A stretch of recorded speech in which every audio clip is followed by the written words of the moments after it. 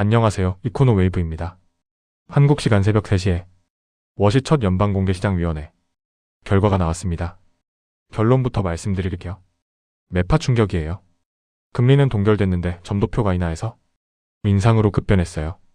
어제 프리뷰에서 말씀드린 매파 시나리오가 현실이 됐어요. 그런데 워시 기자회견에는 반전이 있었어요. 지금부터 이 중요한 결과를 완전하게 분석해드리겠습니다. 먼저 금리 결정부터 말씀드릴게요. 예상대로 동결이에요. 기준금리가 3.50에서 3.75%로 유지됐어요. 4차례 연속 동결이에요. 만장일치 결정이었어요. 이건 어제 프리뷰에서 말씀드린 대로예요. 동결 확률이 98.4%였어요. CPI가 4.2%로 높아서 인하는 불가능했어요. 그렇다고 올리기도 부담스러웠어요. 그래서 동결이에요. 여기까지는 전혀 놀랍지 않아요. 시장이 다 예상한 결과예요. 진짜 충격은 점도표에 있었어요. 이번 FOMC의 핵심이에요. 점도표가 충격적으로 바뀌었어요. 어제 점도표가 뭔지 설명드렸죠.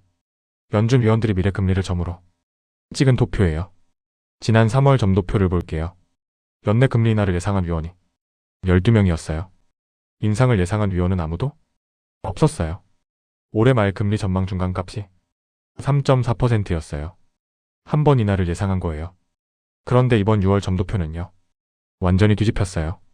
18명 중 9명이 최소 1회 인상을 예측했어요. 절반이 인상으로 돌아선 거예요. 구체적으로 보면요. 0.25% 인상이 3명이에요. 0.50% 인상이 5명이에요. 0.75% 인상이 1명이에요. 연내 동결이 8명이에요. 0.25% 인하는 단 1명이에요. 올해 말 금리 전망 중간값이 3.8%로 올랐어요. 3월 3.4%에서 0.4%포인트 상향이에요. 3월에 인상 예상이 0명이었는데 이번에 9명이 된 거예요. 급격한 매파 전환이에요. 이게 무슨 의미냐면요. 금리 인하 기대가 완전히 사라졌어요. 오히려 인상 가능성이 부상한 거예요. 또 하나 중요한 변화가 있어요. 성명서 문구예요. 완화 편향 문구가 통째로 빠졌어요. 영어로 이징 바이어스라고 해요. 기존 성명서에는 향후 금리를 내릴 수 있다는 뉘앙스의 문구가 있었어요. 그게 완전히 삭제된 거예요. 이건 어제 프리뷰에서 JP모건이 예상한 그대로예요. 완화 편향을 제거할 거라고 했죠. 그게 현실이 됐어요. 이게 왜 중요하냐면요. 완화 편향 삭제는 금리 인하 가능성을 공식적으로 닫는 거예요. 매파적 신호예요. 그런데 여기에 워시의 철학이 담겨 있어요. 워시는 연준이 말이 많아서는 안 된다고 봐요. 선제 안내가 불필요하다고 봐요. 그래서 완화 편향 같은 미래 신호를 빼버린 거예요. 이건 단순히 매파라서가 아니라 워시의 소통 방식이 반영된 거예요. 그런데 여기서 반전이 있어요. 워시의 기자회견이에요. 점도표는 매파적이었는데 워시의 어조는 의외로 균형적이었어요. 워시가 기자회견에서 말했어요. 이번 정책 결정문은 우리가 파악한 사실을 있는 그대로 전달하는데 초점을 맞췄고 선제 안내는 포함되지 않았다. 무슨 의미냐면요. 점도표가 매파적으로 나왔지만 이걸 미래 약속으로 받아들이지 말라는 거예요. 선제 안내가 아니라는 거예요. 여기서 어제 프리뷰의 핵심이 연결돼요. 워시는 점도표 자체에 회의적이라고 했죠. 실제로 워시는 점도표 폐지 가능성을 시사해왔어요. 그래서 이번 매파 점도표도 워시가 강하게 밀어붙이지 않았어요. 오히려 점도표의 영향력을 약화시키는 방향이에요. 이게 중요한 포인트예요. 점도표는 매파인데 워시는 그걸 절대적 신호로 만들지 않았어요. 매파 충격을 워시가 일부 완충한 거예요. 워시는 또 연준 개혁에도 시동을 걸었어요. 태차 대조표와 데이터 활용 등 5개 영역에 대한 태스크포스를 출범시켰어요. 흥미로운 부분이 있어요. 트럼프의 반응이에요. 트럼프는 그동안 금리 인하를 강하게 압박해왔어요. 파월 전 의장 시절에 끊임없이 인하를 요구했어요. 워시는 트럼프가 지명한 인사예요.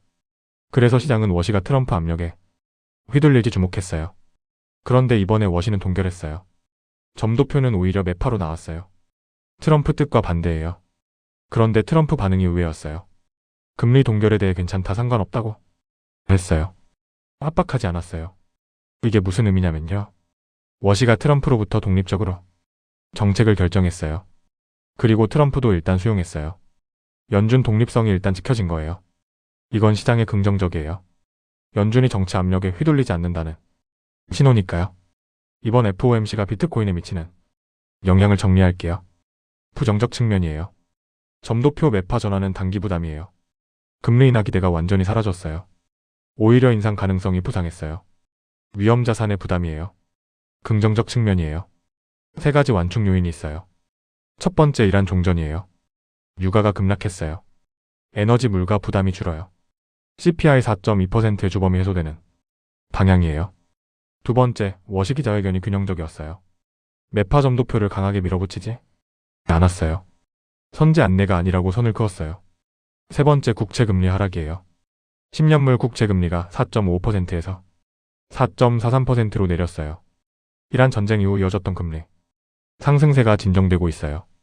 국채금리 하락은 비트코인에 우호적이에요. 종합하면요. 점도표만 보면 매파 충격이에요. 그런데 이란 종전과 워시의 균형적 태도, 국채금리 하락이 완충하고 있어요. 지난주 쌓인 바닥 신호들도 여전히 유효해요. RSI 과매도, 채굴자 순매수, 실현 가격 근접이에요. 매파 충격이 이 완충 요인들과 어떻게 균형을 이루느냐가 관건이에요. 앞으로 무엇을 봐야 하는지 정리할게요. 첫 번째, 비트코인 즉각 반응이에요. 매파 점도표에 비트코인이 얼마나 빠지는지 봐야 해요. 65,000달러를 지키는지가 중요해요. 지키면 완충 요인이 작동하는 거예요. 무너지면 매파 충격이 우세한 거예요. 두 번째, 워시 후속 발언이에요. 워시가 점도표 영향력을 계속 약화시키는지 봐야 해요. 세 번째, 이란 19일 서명이에요. 내일 스위스 공식 서명이에요. 유가 추가 하락이 매파 충격을 완충할 수 있어요. 네 번째, 국채금리 흐름이에요. 10년물이 계속 내려가는지 봐야 해요. 다섯 번째, 다음 지표예요. 다음 CPI와 고용이 중요해요. 인플레이션이 잡히면 매파 점도표도 완화될 수 있어요. 핵심은 이거예요. 이번 FOMC는 점도표 매파 충격이 분명해요. 그런데 워시가 그걸 절대적 신호로 만들지 않았어요. 이란 종전과 국채금리 하락이 완충하고 있어요. 단기 변동성은 크겠지만 일방적 하락은 아닐 수 있어요. 크립토 스프링이 확정도 부정도 안 된 애매한 결과예요. 오늘 6월 18일을 한 문장으로 정리할게요. 워시 첫 연방공개시장위원회는 금리를 4번 연속 동결했지만 점도표가 3월 인하는 12명에서 인상은 9명으로 급변하고 올해 말 금리 전망이 3.4%에서 3.8%로 오르며 완화 편향 문구까지 삭제된 매파 충격이었지만 워시가 기자회견에서 이를 선제 안내가 아니라며 점도표 영향력을 약화시키고 이란 종전과 국채금리 하락이 완충하면서 단기 변동성 속 방향을 모색하는 결과입니다. 점도표는 매파지만 워시는 균형을 잡았어요. 비트코인 65,000달러 방어 여부가 관건이에요. 이코노 웨이브가 시장 반응을 계속 추적해드리겠습니다. 이코노 웨이브였습니다. 감사합니다.